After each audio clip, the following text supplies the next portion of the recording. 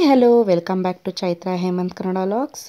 ನೀವು ಇವತ್ತು ನನ್ನ ಲಾಗ್ನಲ್ಲಿ ಒಂದು ಸ್ವೀಟ್ ರೆಸಿಪಿನ ನೋಡ್ತಾ ಇದ್ದೀರಾ. ಅದು ಏನು ಅಂತಂದರೆ ಕಾಯಿ ಹೋಳಿಗೆ.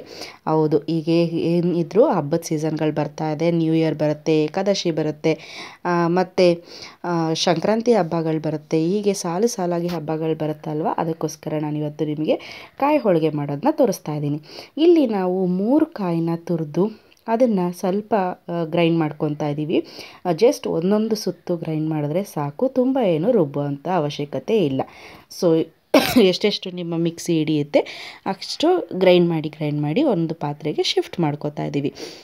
ನೆನಪಿರಲಿ, ನೀರು ಮಾತ್ರ ಹಾಕಲೇಬೇಡಿ, ಜಸ್ಟ್ ಹಾಗೆ ಗ್ರೈಂಡ್ ಮಾಡ್ಕೊಳ್ಳಿ. ಇಲ್ಲಿ ಒಂದು ಕಡೆ ಗಸಗಸೆ ಮತ್ತು 1 ಸ್ಪೂನ್ ಅಕ್ಕಿ, 2 ಸ್ಪೂನ್ ಗಸಗಸೆನ ನೀರಲ್ಲಿ ನೆನೆ ಹಾಕಿದ್ದೀವಿ. ಇದನ್ನು ಕೂಡ ಲಾಸ್ಟಲ್ಲಿ ನುಣ್ಣಗೆ ರುಬ್ಕೋಬೇಕಾಗತ್ತೆ ಕಾಯಿ ಜೊತೆಗೆ. ಗಸಗಸೆ ಹಾಕೋದ್ರಿಂದ ಟೇಸ್ಟ್ ತುಂಬ ಚೆನ್ನಾಗಿ ಬರುತ್ತೆ. ಮತ್ತು ಅಕ್ಕಿ ಹಾಕಿರೋದೇನಕ್ಕೆ ಅಂದರೆ ಸ್ವಲ್ಪ ಗಟ್ಟಿ ಬರಲಿ ಅಂತ ಹೇಳಿ ಅಕ್ಕಿ ಹಾಕಿರೋವಂಥದ್ದು. ಇಲ್ಲಿ ನಾವು ರುಬ್ಬಿಟ್ಕೊಂಡಿರೋ ಅಂಥದ್ದನ್ನ ನಾನು ನಿಮಗೆ ತೋರಿಸ್ತಾ ಇದ್ದೀನಿ.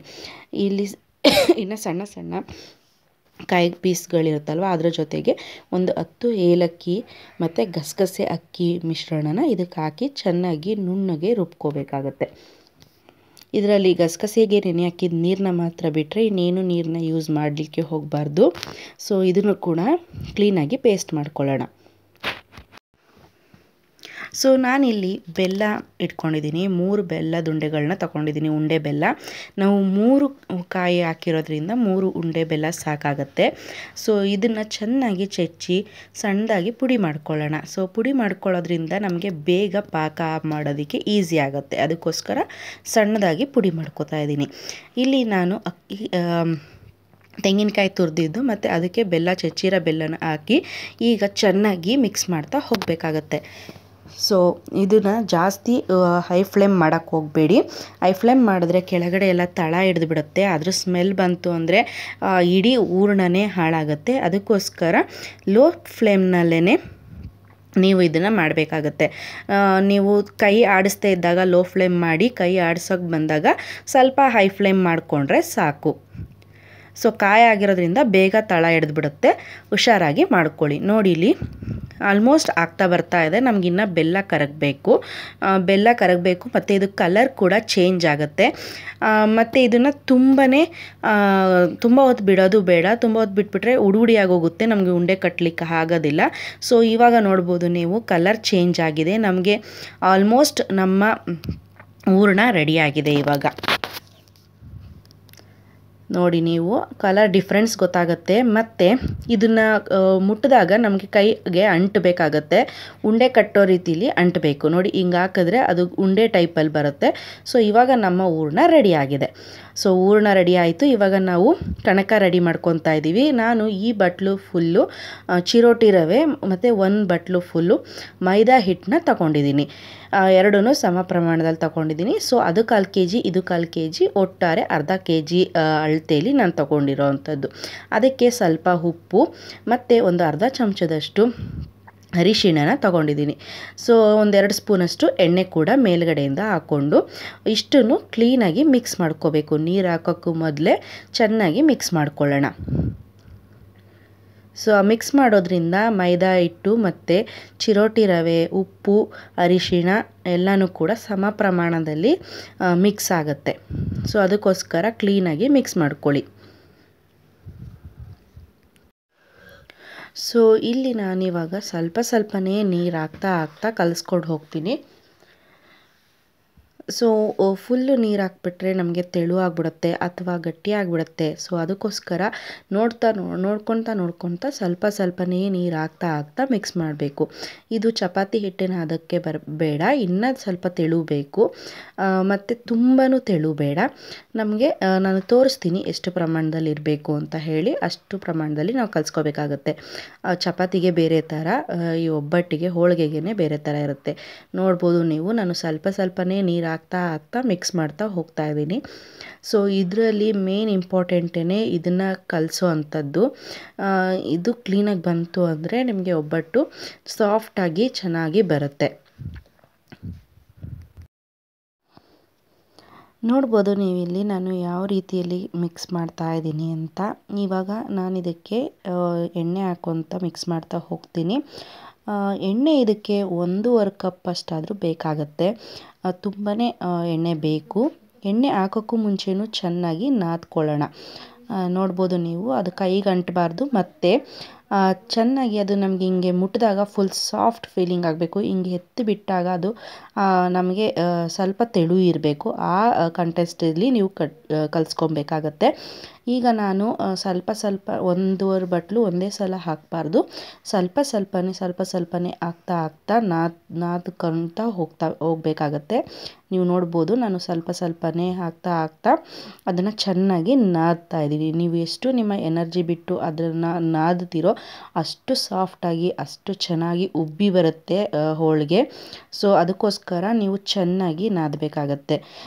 ಸೊ ಇದಕ್ಕೊಂದು ನಾನು ಏನು ಸುಮ್ಮನೆ ಹಾಗೆ ಹೇಳೋದಾದರೆ, ನಿಮಗೆ ಯಾರ ಮೇಲಾದರೂ ಕೋಪ ಇದ್ದರೆ ಆ ಕೋಪನೆಲ್ಲ ತೆಗೆದು ಅದ್ರ ಮೇಲೆ ಹಾಕಿ ಚೆನ್ನಾಗಿ ಅದನ್ನು ಬಡಿದು ಎಸ್ತು ನಾದ್ಕೋಬೋದು. ಸೊ ನಾವು ಅವ್ರ ಮೇಲೆ ಸಿಟ್ಟು ತೀರಿಸ್ಕೊಳಂಗೆ ಕೂಡ ಆಗುತ್ತೆ. ಜಸ್ಟ್ ಫಾರ್ ಫನ್ಗೆ ಹೇಳಿದೆ ಅಷ್ಟೇ. ಸೊ ಕ್ಲೀನಾಗಿ ಇದನ್ನು ನಾದಿ ನಾವು 1 ಅವರ್ ಆದರೂ ಮಿನಿಮಮ್ ಬಿಡಬೇಕಾಗತ್ತೆ. ನೀವು ಅದ್ರ ಮೇಲೂ ಇನ್ನೂ ಬಿಡ್ತೀವಿ ಟೈಮ್ ಇದೆ ಅನ್ನೋದಾದರೆ ಅದು ಕೂಡ ತುಂಬಾ ಒಳ್ಳೆಯದು. ನಿಮ್ಗೆ ಇನ್ನೂ ಚೆನ್ನಾಗಿ ಬರುತ್ತೆ. ಇಲ್ಲ ಟೈಮ್ ಇಲ್ಲ ಅನ್ನೋರು ಮಿನಿಮಮ್ ಅಂದ್ರೂ ನೀವು 1 ಅವರ್ ಬಿಡಲೇಬೇಕಾಗತ್ತೆ. 1 ಅವರ್ ಬಿಟ್ರೇ ಇದು ನಿಮಗೆ ಇನ್ನೂ ಸಾಫ್ಟಾಗಿ ತುಂಬಾ ಚೆನ್ನಾಗಿ ಬರೋವಂಥದ್ದು. ಸೊ ಇವಾಗ ನಮ್ಮ ಹೂರ್ಣ ಮತ್ತು ಕಣಕ ಎರಡೂ ಕೂಡ ರೆಡಿಯಾಗಿದೆ. ಸೊ ಬನ್ನಿ ಇವಾಗ ಇದನ್ನು ತಟ್ಕೊಳ್ಳೋಣ. ನೋಡ್ಬೋದು ನಾನು ಹೆಂಗೆ ಅದನ್ನು ಚೆನ್ನಾಗಿ ಬಡಿದು ಎಲ್ಲ ಇದು ಮಾಡ್ತಾಯಿದ್ದೀನಿ ಅಂತ. ಮತ್ತು ಲಾಸ್ಟಲ್ಲಿ ಇದು ನಾದಾದ್ಮೇಲೂ ಕೂಡ ಕ್ಲೀನಾಗಿ ಒಂದು ಸಲ ಆಯಿಲ್ನ ಅಪ್ಲೈ ಮಾಡಿ ಹಾಗೇ ಬಿಟ್ಬಿಡಿ. ಸೊ ಅದ್ರ ಮೇಲೆ ಒಂದು ಒದ್ದೆ ಬಟ್ಟೆ ಅಥವಾ ಒಂದು ಪ್ಲಾಸ್ಟಿಕ್ ಕವರ್, ಇಲ್ಲಾಂದರೆ ಆಯಿಲ್ ಕವರ್ ಇರುತ್ತಲ್ವ, ಅದನ್ನು ಕೂಡ ಕಟ್ ಮಾಡಿ ಕ್ಲೀನಾಗಿ ಅದ್ರ ಮೇಲೆ ಕವರ್ ಮಾಡಬೇಕು. ಹಾಗೆ ಅಂತೂ ಬಿಡಬೇಡಿ, ಡ್ರೈ ಆಗೋಗುತ್ತೆ. ಸೊ ಈ ರೀತಿ ಕ್ಲೀನಾಗಿ ಅದ್ರ ಮೇಲೆ ಕವರ್ ಮಾಡಿ 1 ಅವರ್ ಆದರೂ ಮಿನಿಮಮ್ ನೀವು ಬಿಡಲೇಬೇಕು. ಸೊ ಇವಾಗ ನಮ್ಮದು 1 ಅವರ್ 2 ಅವರ್ ಮೇಲೇ ಆಯಿತು. ಇವಾಗ ನಾನು ಅದನ್ನು ತೆಗಿತಾ ಇದ್ದೀನಿ. ತೆಗೆದ ಮೇಲೆ ತಕ್ಷಣ ಹಂಗೇ ನೀವು ಮಾಡಲಿಕ್ಕೆ ಹೋಗಬೇಡಿ, ಒಬ್ಬಟ್ಟು ತಟ್ಟೋದಕ್ಕೆ ಹೋಗಬೇಡಿ. ಒಂದು ಸಲ ಇನ್ನೊಂದು ಸಾರಿ ಅದನ್ನು ನಾದ್ಕೊಳ್ಳಿ. ನೋಡ್ಬೋದು ನೀವು ಎಷ್ಟು ಸಾಫ್ಟಾಗಿ ಎಷ್ಟು ಚೆನ್ನಾಗಿ ನಮಗೆ ಬಂದಿದೆ ಅಂತ. ಸೊ ಇದಕ್ಕೆ ಒಂದು ಪ್ಲಾಸ್ಟಿಕ್ ಕವರ್ ಅಥವಾ ರೊಟ್ಟಿ ತಟ್ಟೋ ಕವರ್ ಎಲ್ಲ ಸಿಗುತ್ತಲ್ವ, ಅಥವಾ ಬಾಳೆದೆಲೆ ಮೇಲೂ ಕೂಡ ತಟ್ಕೊಂಡ್ರೆ ತುಂಬಾ ಚೆನ್ನಾಗಿರುತ್ತೆ. ಕ್ಲೀನಾಗಿ ಅದನ್ನು ಸ್ಪ್ರೆಡ್ ಮಾಡಿ ಅದ್ರ ಮೇಲೆ ನಮ್ಮ ಹೂರಣ ಏನು ರೆಡಿ ಮಾಡಿ ಇಟ್ಕೊಂಡಿದ್ವಿ ಅದನ್ನು ಉಂಡೆ ಮಾಡಿಕೊಂಡು ಹಾಕಿ ಅದನ್ನು ಕ್ಲೀನಾಗಿ ಈ ರೀತಿ ಫೋಲ್ಡ್ ಮಾಡ್ಕೋಬೇಕು. ಸೊ ಫೋಲ್ಡ್ ಮಾಡಿ ಮಿಕ್ಕಿದ್ದು ಲಾಸ್ಟ್ರಲ್ಲಿ ಎಕ್ಸ್ಟ್ರಾ ಪಾರ್ಟ್ ಇರುತ್ತಲ್ವ ಅದನ್ನು ತೆಗೆದುಬಿಡಿ.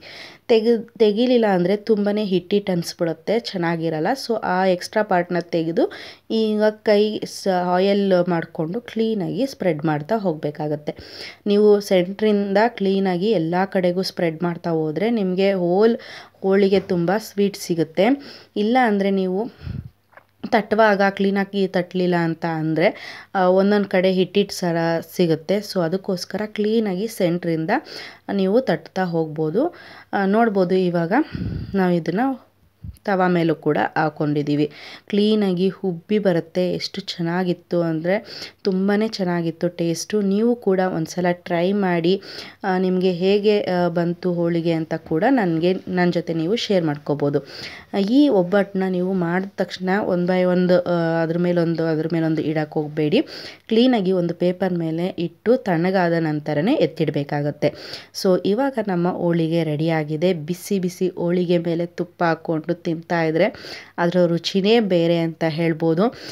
ಯಾರೆಲ್ಲ ಈ ರೆಸಿಪಿನ ಟ್ರೈ ಮಾಡ್ತೀರಾ ನನಗೆ ಕಮೆಂಟ್ ಮೂಲಕ ತಿಳಿಸಿ. ನಿಮಗೆ ಈ ರೆಸಿಪಿ ಹೇಗೆ ಬಂತು ಅಂತ, ಟೇಸ್ಟಿಯಾಗಿತ್ತಾ, ಚೆನ್ನಾಗಿ ಬಂತಾ ಅಂತ ಹೇಳಿ ನನಗೆ ಕಮೆಂಟ್ ಮೂಲಕ ತಿಳಿಸಿ. ಸೊ ಈ ವಿಡಿಯೋ ನಿಮಗೆ ಇಷ್ಟ ಆಗಿದೆ ಅಂತ ಭಾವಿಸ್ತಾ ಈ ವಿಡಿಯೋನ ನಾನು ಇಲ್ಲಿಗೆ ಎಂಡ್ ಮಾಡ್ತಿದ್ದೀನಿ. ಇಷ್ಟ ಆದಲ್ಲಿ ಕಮೆಂಟ್ ಮಾಡಿ, ಶೇರ್ ಮಾಡಿ. ಇನ್ನೂ ಯಾರೆಲ್ಲ ನನ್ನ ಚಾನೆಲ್ನ ಸಬ್ಸ್ಕ್ರೈಬ್ ಮಾಡ್ದಿರಾ ನೋಡ್ತಾ ಇದ್ದೀರಾ, ಪ್ಲೀಸ್ ಸಬ್ಸ್ಕ್ರೈಬ್ ಮಾಡಿಕೊಂಡು ನೋಡೋ ಮುಖಾಂತರ ನನಗೆ ಸಪೋರ್ಟ್ ಮಾಡಿ ಅಂತ ಕೇಳ್ಕೊತೀನಿ. Thanks for watching. See you in the next vlog.